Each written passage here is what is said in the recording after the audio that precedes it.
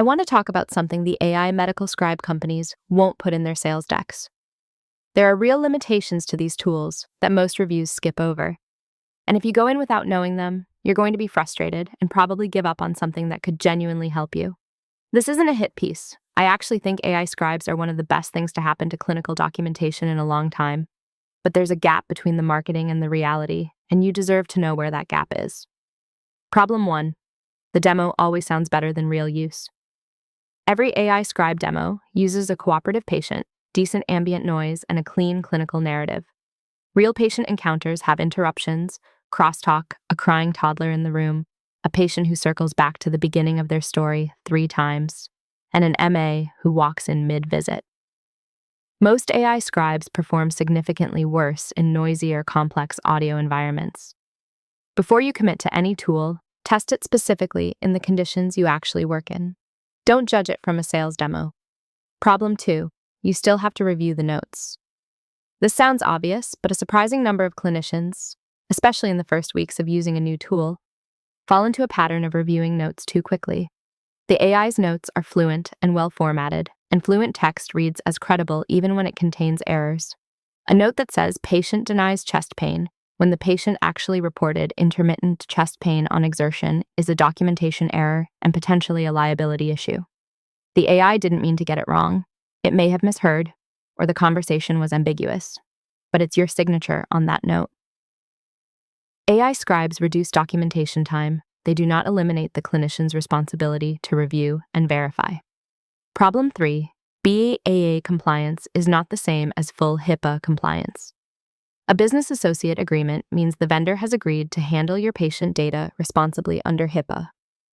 That's necessary, but it's not sufficient. You also need to think about, where is the audio being processed? On device or in the cloud? What's the data retention policy? Is this tool on your organization's approved vendor list? If you're employed, run any new tool by your compliance department before using it with patient data. If you're independent, read the vendor's HIPAA documentation and understand the data flow before you start recording encounters. Problem 4. EHR integration claims are often overstated. Lots of AI scribe vendors will tell you they integrate with Epic or work with Athena. In many cases, what this means is that they have a browser extension that copy-pastes into your EHR. That's not native integration. It's a workaround. It works, but it's not the seamless embedded experience the marketing implies. True native integration, where the AI scribe appears inside your EHR workflow, not as a separate tab, is currently only available in a handful of enterprise-level products. If deep integration is important to you, ask the vendor specifically how the integration works before you buy. Problem 5. AI scribes require a short adaptation period.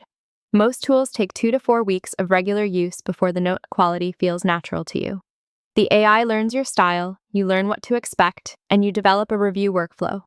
Clinicians who give up after 2 or 3 sessions are often quitting right before the tool starts delivering real value. So what do I actually recommend? After testing multiple tools over the past year, the ones that consistently hold up in real clinical conditions, noise, complexity, variety, are Freed AI for independent practice and DeepScribe for specialty settings. Both links are in the description, along with my full written comparison. Use the free trials, test them in your real environment, give them at least 2 weeks. And read the notes carefully, especially in the first few weeks. That's the stuff no one says in the sales call.